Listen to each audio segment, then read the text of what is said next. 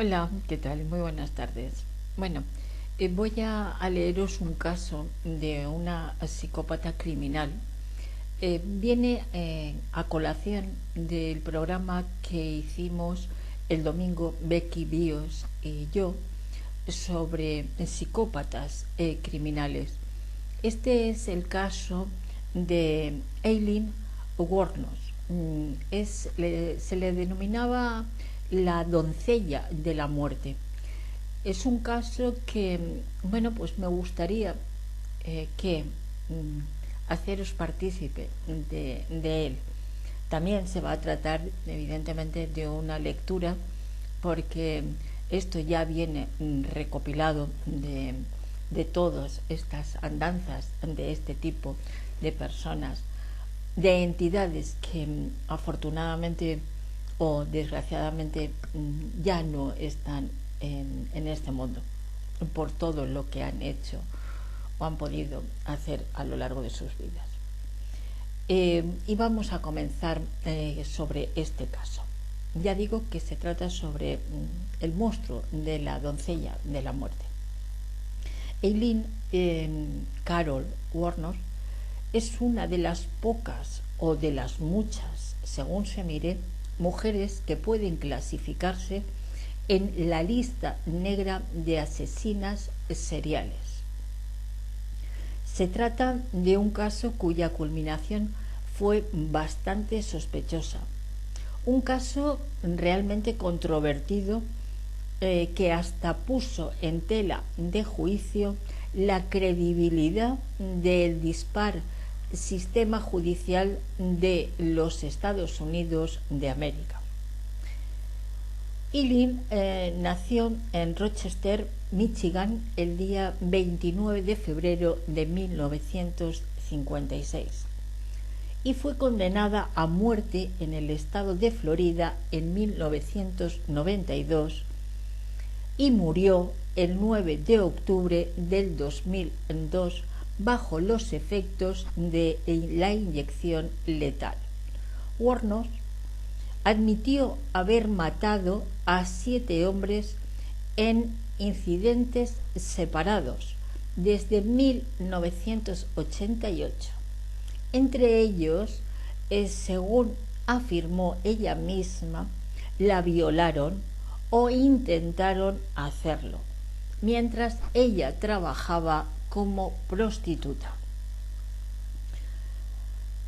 Su infancia y adolescencia tuvo muchos problemas de conducta precoz e una infancia de una familia disfuncional y una infancia evidentemente desviada.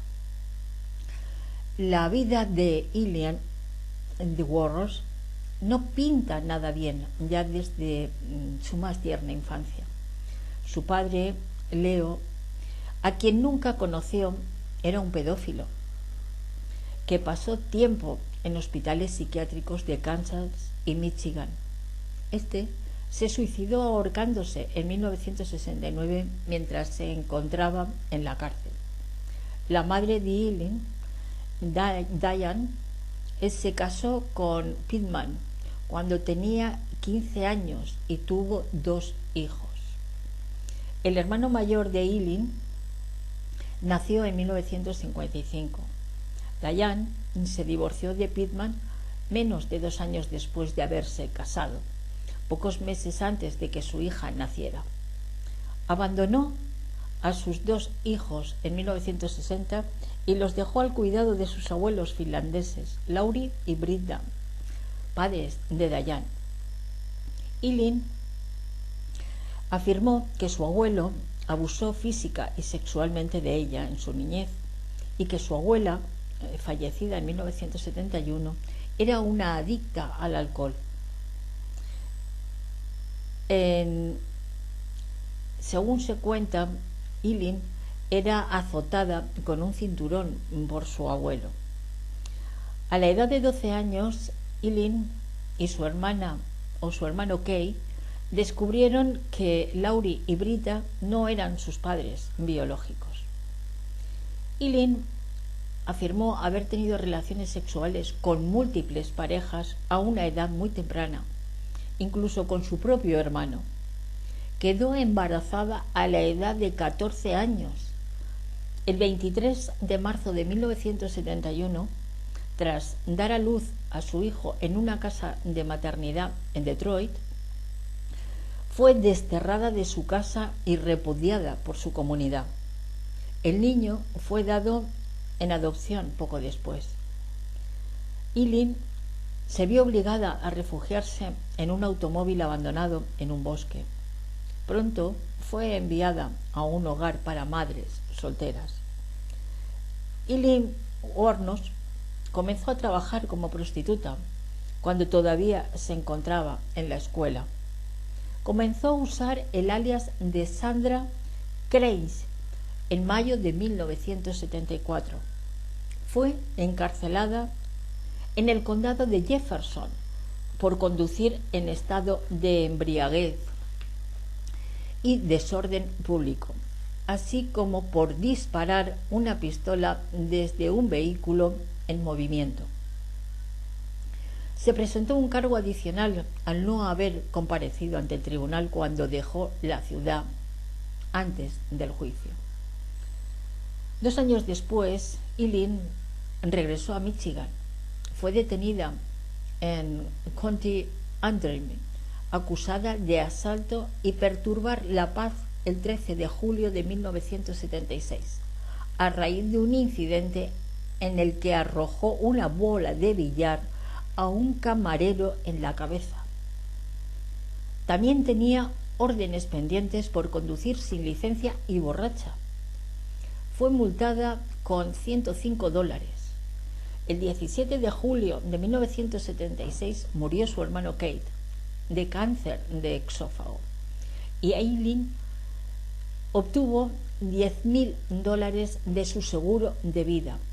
Eileen pagó los $105 de multa. El resto del dinero cobrado del seguro y dentro de los dos meses restantes despilfarró el resto del dinero en suntuosos lujos, incluido un nuevo coche que se compró y que más tarde destruyó. A finales de septiembre de 1976, Eileen hizo autostop hasta Florida, donde conoció al presidente del club náutico, Lewis Feld, de 76 años de edad. Se casaron en 1976 y la noticia de su boda fue impresa en la sección de sociedad del periódico local. Sin embargo, Eileen continuamente se veía envuelta en enfrentamientos en un bar local y fue enviada a la cárcel por asalto. También golpeó a Feld, su esposo, con su propio bastón, provocándole que él pudiera obtener una orden de alejamiento en su contra y la anulación del matrimonio. Se habían casado hacía 6 semanas.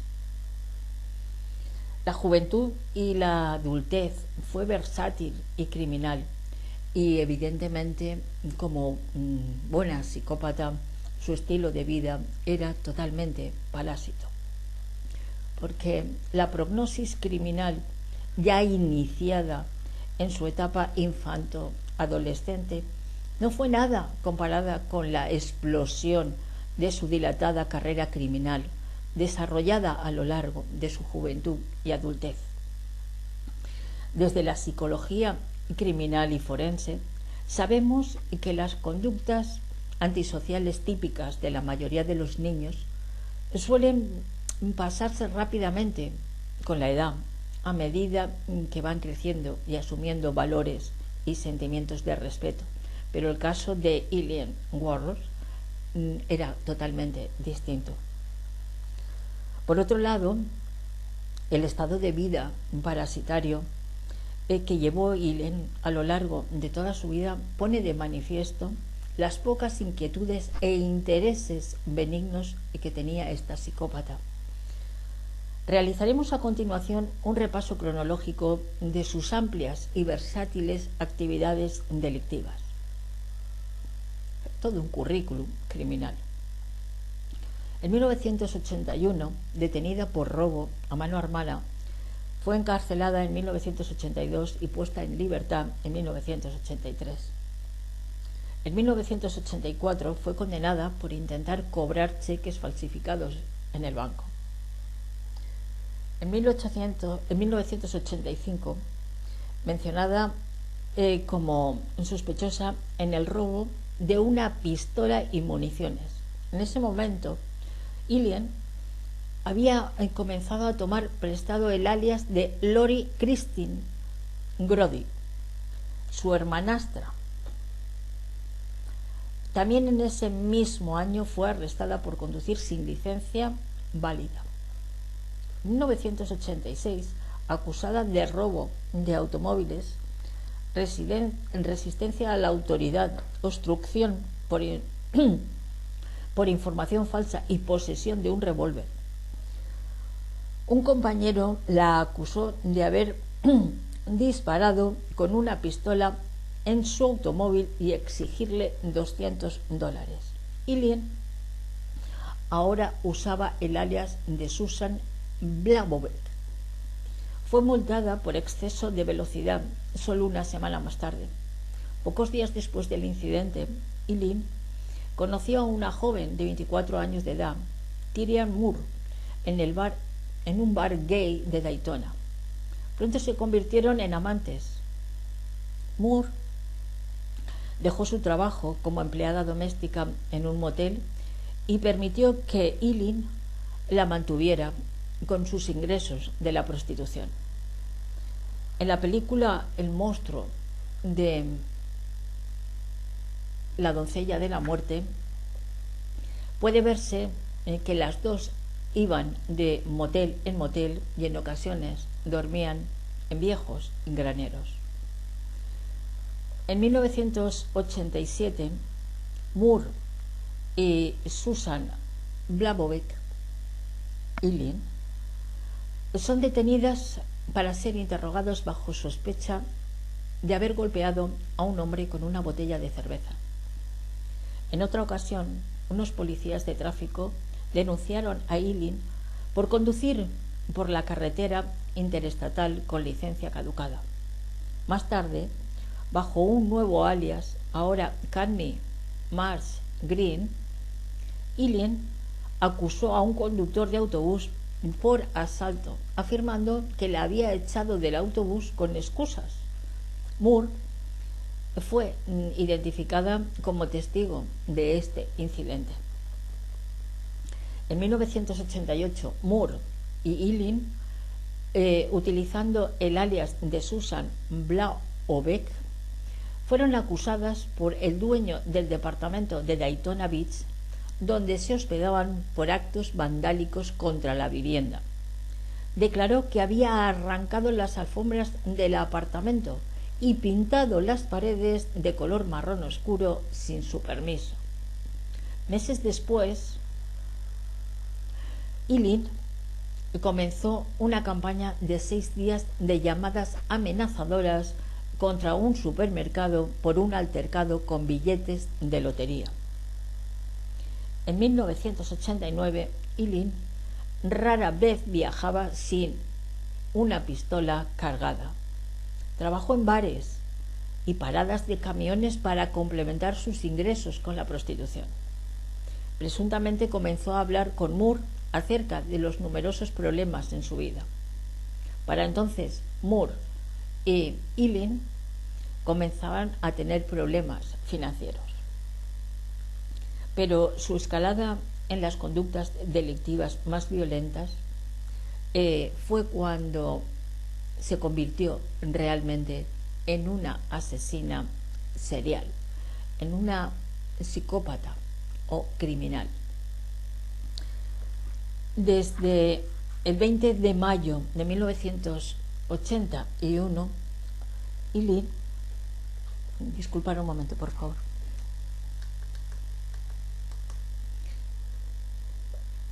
Desde el 20 de mayo de 1981, Ilian fue detenida en Edgar por robo a mano armada hasta noviembre de 1988, cuando se vio involucrada en esa incesante campaña de amenazas contra el supermercado. Podemos decir a nivel criminológico que la carrera delictiva de Eileen fue como la de cualquier psicópata y delincuente habitual, versátil, muy variada y a nivel de delitos. Sin embargo, algo se estaba cociendo en la cabeza de Eileen, ya que en 1989 fue cuando comenzó su serie de asesinatos, por eso lo de asesino en serie. Eileen se estaba convirtiendo en una asesina en serie realmente, y lo que al principio parecía una motivación económica, posteriormente se vio que este no era el motivo principal de sus atrocidades. 7 fueron las víctimas a las que Eileen asesinó. Fueron todas dentro del año 1990, salvo la primera, que fue Richard Mallory, que fue en 1989. Después de esta primera víctima dejó pasar un periodo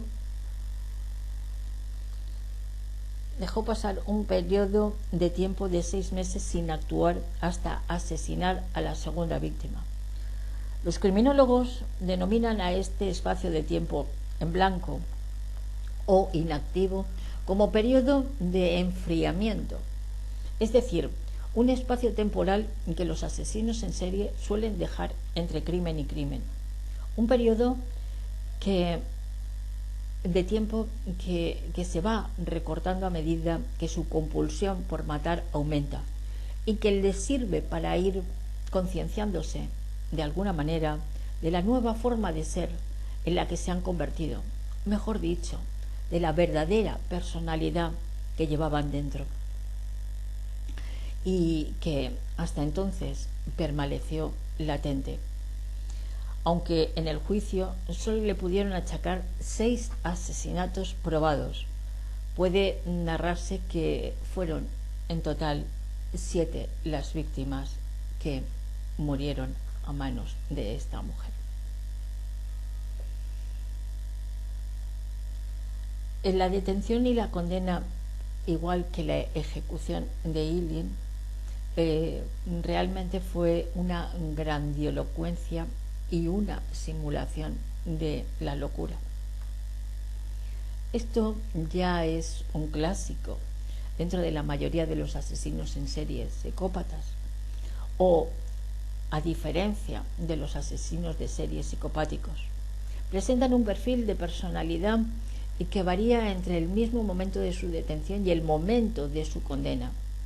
Así, cuando se les detiene, suelen presentarse como personas con un sentido de autovaloración grandilocuente, soberbia, arrogante.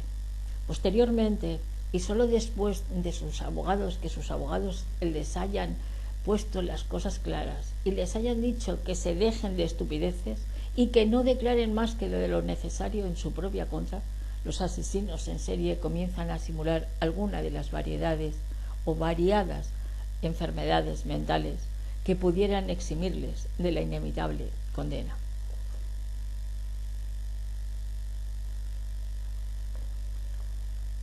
A diferencia de la estupidez de los psicópatas seriales, los jueces aplican su sentido común y quehacer diarios para caer en la cuenta de que estos teatreros no están más que representando una realidad que no padecen.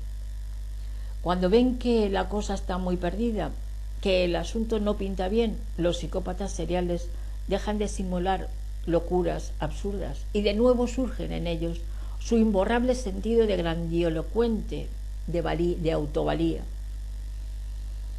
Sobre todo cuando escuchan la condena o sentencia que en contra de ellos les anuncia el juez. Sobre todo cuando algunos esperan durante largas temporadas en el corredor de la muerte. El caso de Eileen es un ejemplo ilustrativo más de los que acabábamos de ver. Eileen fue finalmente identificada cuando ella y Moore se vieron involucradas en un accidente mientras conducían el automóvil de una de sus víctimas. Rechazaron la ayuda de los transeúntes, aunque Eileen estaba sangrando, y huyó del escenario. Su retrato robot fue difundido por televisión. La policía rastreó a Moore en Pensilvania, donde se retiró a vivir con su hermana. La cazaron y se le propuso un trato. Si ella declaraba contra Eileen, a Moore se le concedería la inmunidad. Moore estuvo de acuerdo. La policía le proporcionó una habitación en un motel de Florida. Desde allí escribió una carta a Eileen, que se encontraba en custodia por una violación de libertad condicional. Después de numerosas llamadas y de que Moore tratara de suicidarse, Eileen cedió y dijo: «Tú haz lo que tengas que hacer. No dejaré que vayas a la cárcel. Si he de confesar, lo haré». Eileen hizo una confesión completa el 16 de enero de 1992. Declaró que el asesinato de Mallory fue en defensa propia, manteniendo que él la había violado. Fue condenada por sus asesinatos en enero de 1992 con la ayuda del testimonio de Moore. Cuando fue declarada culpable del asesinato de Mallory, Eileen declaró a los medios de comunicación: «Fui violada, fui torturada. Tenían la imagen del volante con los arañazos. Estaba roto. Esta era la prueba de que estaba atado al volante. No puedo creer que esto haya sucedido». Mientras tanto, Moore había firmado ya varios libros y contratos cinematográficos vendiendo su historia. En junio de 1992 se declaró culpable de la muerte de Charles Carswell y recibió su quinta pena de muerte. En febrero de 1993 se declaró culpable de la muerte de Walter Gino Antonio y fue condenada de nuevo a muerte. No se formularon cargos en su contra por el asesinato de Peter Siems, ya que su cuerpo nunca se encontró. En total, Eileen recibió 6 condenas a pena de muerte y no pareció que le importaran mucho. Otro clásico más entre los asesinos en serie psicopáticos. Admitió haber matado a 7 hombres en incidentes separados. Alegó inicialmente que los 7 la habían violado mientras ella estaba trabajando como prostituta. Más tarde se retractó, reclamando defensa propia. Después de su primera sentencia de muerte, Eileen a menudo dijo que quería que todo acabara. En el 2001 anunció que no solicitaría ninguna otra apelación contra su sentencia de muerte. Presentó una petición ante la Corte Suprema de Florida por el derecho a despedir a su abogado y detener todas las apelaciones. En aquella petición expresó lo siguiente: «Maté a esos hombres, les robé de forma tan fría como el hielo, y lo haría de nuevo. No es conveniente mantenerme viva ni nada, porque mataría de nuevo. Tengo odio circulando por mis venas. Estoy muy harta de escuchar cosas como ella está loca. He sido evaluada tantas veces y soy competente, sensata, y estoy tratando de decir la verdad.